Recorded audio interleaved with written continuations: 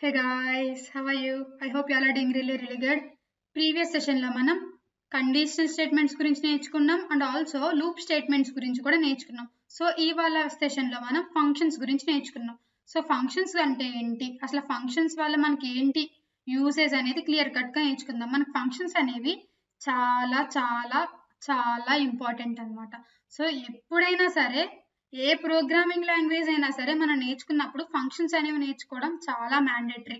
Conditional statements ఎంత ఇంపార్టెంటో, loop statements ఎంత ఇంపార్టెంటో మనకి ఫంక్షన్స్ కూడా చాలా చాలా ఇంపార్టెంట్ అన్నమాట. సో ఫస్ట్లీ మనకి ఫంక్షన్స్ గురించి నేర్చుకుందాం. ఇక్కడ ఫంక్షన్స్ లో it is used for reusable blocks of code that perform specific tasks. Functions లో మనకి మెయిన్ అడ్వాంటేజ్ ఏంటంటే ఇక్కడ మన కోడ్ ని రీయూజబుల్ గా యూజ్ చేసుకోవచ్చు అన్నమాట. అంటే ఏంటంటే దీనివల్ల మనకి చాలా టైం అనేది సేవ్ అవుతుంది అండ్ ఆల్సో రీయూజబిలిటీ కూడా మనకి కోడ్ అనేది తగ్గుతుంది అనమాట. లైక్ ఎక్కువ లైన్స్ మనం వాడక్కర్లా ఈ ఫంక్షన్స్ యూజ్ చేయడం వల్ల. సో చిన్ని బ్లాక్ ఆఫ్ కోడ్ ని మనం మళ్ళీ వాడుకోవచ్చు అనమాట ఈ ఫంక్షన్స్ లో. Next, A function is a black of code designed to perform A specific tasks. Function ని మనం ఇలా డిక్లేర్ చేస్తాం. ఫంక్షన్ నేమ్ తీసుకుని మనం ఇలా డిక్లేర్ చేస్తాం అనమాట. ఓకేనా?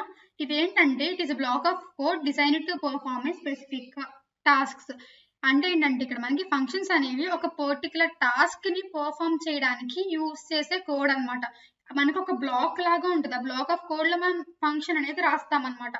Next, helps in code reusability, modularity and also readability. ఈ ఫంక్షన్స్ యూజ్ చేయడం వల్ల మనకి చాలా అడ్వాంటేజెస్ ఉన్నాయి. ఫస్ట్ మెయిన్ థింగ్ వచ్చి code reusability, modularity and also readability. చూడడానికి కూడా మనకి చాలా సింపుల్ వేలో ఉంటుంది అండ్ ఆల్సో బాగా అర్థమవుతుంది. నీట్ అండ్ క్లీన్ గా కూడా మనకి కోడ్ అనేది ఉంటుంది అనమాట. Next, functions reduce redundancy by writing code once and reusing it. చూడండి, నేను ఇందాక చెప్పా కదా టైం అనేది మనకి చాలా సేవ్ అవుతుందని. అండ్ ఆల్సో ఇందులో మనకి ఫంక్షన్స్ యూజ్ చేయడం వల్ల మనకి రిడెండెన్సీ అనేది తగ్గుతుంది. ఎందుకు? మనం ఆ కోడ్ అనేది మళ్ళీ రీయూజబుల్ అనేది చేసుకోవచ్చు అనమాట. సో ప్రతిదీ మనం లెంతీ కోడ్ అనేది రాయాల్సిన అవసరం లేదు ఫంక్షన్స్ లో. ఇక్కడ ఫంక్షన్స్ లో మనకి ఫంక్షన్ కాంపోనెంట్స్ అని చెప్పి ఉంటాయి కొన్ని. ఓకేనా? ఫస్ట్ ఫంక్షనల్ కాంపోనెంట్ వచ్చి ఫంక్షన్ డిక్లరేషన్, దీన్ని మనం ప్రోటోటైప్ అని కూడా అంటాం. Next, function definition, actual code అనమాట. నెక్స్ట్, ఫంక్షన్ కాల్, ఎగ్జిక్యూషన్, దీన్ని మనం ఎగ్జిక్యూషన్ అంటాము. ఫంక్షన్ డెఫినిషన్ యాక్చువల్ కోడ్ అని చెప్పి అంటాం. అండ్ ఆల్సో ఫంక్షన్ డిక్లరేషన్ ని ప్రోటోటైప్ అంటాం. ఇది మనం ఒక ఎగ్జాంపుల్ తీసుకుని అందులో ఏది డిక్లరేషన్, ఏది డెఫినేషన్ అండ్ ఆల్సో ఏది కాలో క్లియర్ గా చూద్దాం. ఇక్కడ మనం ఎగ్జాంపుల్ తీసుకుందాం. ఇక్కడ నేను ఏం చేస్తున్నాను, అసలు నాకు మెయిన్ ఎయిమ్ ఏంటి, ఇక్కడ నేను ఏ అని తీసుకున్నాను అండ్ ఆల్సో బి అని తీసుకున్నాను. ఈ రెండిటిని నేను ఎడిషన్ అనేది చేస్తా నాకు నచ్చిన నంబర్స్ ఇచ్చుకుని. ఓకేనా? ఇది నా మెయిన్ థీమ్ ఇక్కడ. ఓకేనా? ఇది నేను ఫంక్షన్స్ యూజ్ చేసుకుని ఎలా రాస్తున్నానో చూడండి. ఇక్కడ నేను ఏం చేసా, ఫంక్షన్ డిక్లరేషన్. ఇప్పుడు మనం ఫంక్షన్ డిక్లరేషన్ గురించి మాట్లాడుకుందాం. ఇక్కడ మనం ఏం చేస్తున్నాం, ఇక్కడ ఇంట్ అనేది డేటా టైప్ తీసుకుందాం. ఇక్కడ యాడ్ అనేది నాకు ఫంక్షన్ నేమ్ అన్నమాట. ఓకేనా? ఫంక్షన్ నేమ్ యాడ్ అనేది. నెక్స్ట్, ఇక్కడ నేను ఏం తీసుకున్నా, ఈ బ్రేసెస్ లో ఇంట్ ఏ అని ఒక వేరియబుల్ అండ్ ఆల్సో ఇంట్ బి అనేది ఒక వేరియబుల్ తీసుకున్నా. ఓకే, ఇక్కడ వరకు అయిపోయింది. ఇది మనం ఫంక్షన్ డిక్లరేషన్ అంటాం. ఫంక్షన్ ని నేను డిక్లేర్ చేసుకున్నా, అందులో నేను ఏ అనే వేరియబుల్ అండ్ ఆల్సో బి అనే వేరియబుల్ కూడా మెన్షన్ చేసుకున్నా, అయిపోయింది. ఇది మన ఫంక్షన్ డిక్లరేషన్. నెక్స్ట్ మనం ఫంక్షన్ కాల్ గురించి చూద్దాం. అక్కడ ఫంక్షన్ కాల్ నేను ఏం చేశాను, మెయిన్ ఫంక్షన్ లో రాయాలి. మనం ఎప్పుడైనా సరే ఫంక్షన్ కాల్ అనేది మెయిన్ ఫంక్షన్ లో మనం ఫంక్షన్ కాల్ అనేది రాయాలి. ఇక్కడ నేను ఏం చేసా, ఇంట్ సమ్ అనే వేరియబుల్ నేమ్ తీసుకుని ఇక్కడ నేను 2 నెంబర్స్ యాడ్ చేస్తున్నాను కదా, అంటే ఇంటిజర్ అనేది తీసుకోవాలి. ఇక్కడ నేను ఈ ఫంక్షన్ నేమ్ తీసుకుని ఏ యాడ్ అనే దాన్ని, ఇక్కడ యాడ్ అనేది తీసుకుని ఏ అంటే ఏంటి నాకు 5, బి అంటే ఏంటి నాకు 3. సో నేను ఇక్కడ నెంబర్స్ అనేది ఇచ్చుకున్నా, వాల్యూస్ అనేది ఇచ్చుకున్నా. ఓకే, ఇక్కడ వరకు కూడా అయిపోయింది. నెక్స్ట్ నేను దీన్ని ప్రింట్ చేయాలి కదా, మరి మెయిన్ మెథడ్ లోనే నేను ప్రింట్ చేయాలి ఏదైనా సరే. అప్పుడు నేను ఏం చేసా, ప్రింట్ ఎఫ్ అని చెప్పి తీసుకుని నేను ఇక్కడ సమ్ అనే దాన్ని ప్రింట్ అవుట్ చేసా. ఓకే, రిటర్న్ 0 తీసేసుకున్నాను. ఇక్కడ వరకు ఓకే. ఎడిషన్ తీసుకున్నాను, ఎడిషన్ కి వాల్యూస్ తీసుకున్నాను 5, 3 అని. బట్ ఇక్కడ ఎడిషన్ అనేది చేయాల, జస్ట్ నేను అక్కడ ప్రింట్ అనేది చేస్తా. బట్ నేను a + b అనేది చేయాలి కదా, అంటే 5 + 3 అనేది చేయాలి కదా. అది నేను దేంట్లో చేస్తానంటే ఇక్కడ ఫంక్షన్ డెఫినిషన్ అనే దాంట్లో చేస్తాను అనమాట.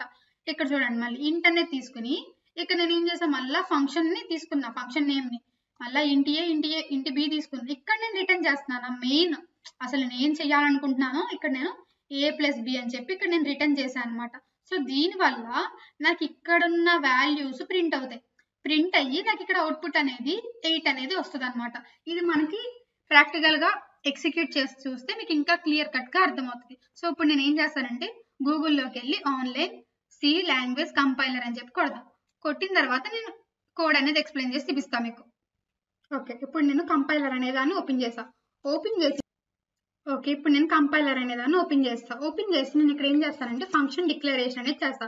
ఫస్ట్ మనం డిక్లరేషన్ గురించే కదా మాట్లాడుకున్నాం. ఇక్కడ యాడ్ అనే నేమ్ తీసుకుని ఇక్కడ నేను ఇంట్ ఏ అనే వేరియబుల్ ని అండ్ ఆల్సో ఇంట్ బి అనే వేరియబుల్ ని నేను ఇక్కడ డిక్లేర్ చేస్తా. ఓకే, ఇక్కడ వరకు ఓకే, బాగానే ఉంది. ఇప్పుడు నేను ఏం చేయాలి, కాల్ చేయాలి, ఫంక్షన్ ని కాల్ చేయాలి కదా, మెయిన్ లో కాల్ చేయాలి అది కూడా. ఇప్పుడు నేను ఏం చేస్తానంటే ఇంట్ సమ్ అనే దాన్ని తీసుకుని ఇక్కడ నేను యాడ్ అనే ఫంక్షన్ ని తీసుకుని ఇక్కడ నేను 5,3 అని వాల్యూస్ ని ఇన్సర్ట్ చేసుకుంటా. ఏలో నేను 5 పెట్టుకున్నా అండ్ ఆల్సో బిలో నేను 3 అనేది పెట్టుకున్నా. ఓకే, ఇప్పుడు నేను దీన్ని ప్రింట్ చేయాలి కదా, ప్రింట్ ఎఫ్ అని చెప్పి టైప్ చేస్తా.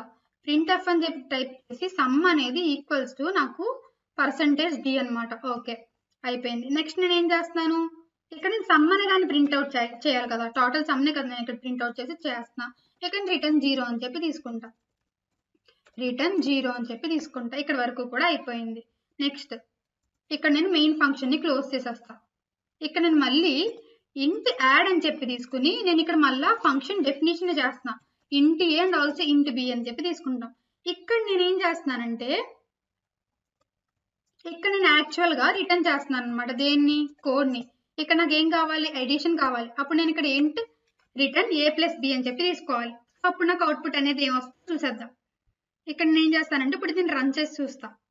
సో నాకు ఇక్కడ ఏమొచ్చింది, అవుట్పుట్ సమ్ ఈక్వల్స్ టు 8 అని చెప్పి వచ్చింది. ఎందుకు, ఇక్కడ నాకు 5 + 3 అంతా 8 కదా. సో ఇలా మనకి టోటల్ ఎంత వచ్చింది, 8 అనే అవుట్పుట్ వచ్చింది. సో ఇలా మనం ఒక ఫంక్షన్ అనే దాన్ని యూస్ చేసుకుంటాం అనమాట.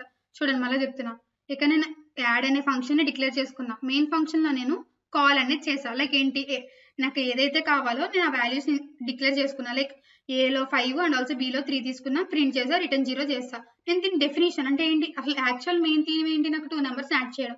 ఆ లాజిక్ నేను ఇక్కడ రాసుకున్నా. లైక్ మళ్ళీ ఫంక్షన్ డెఫినేషన్ లో రాసుకున్నా అనమాట.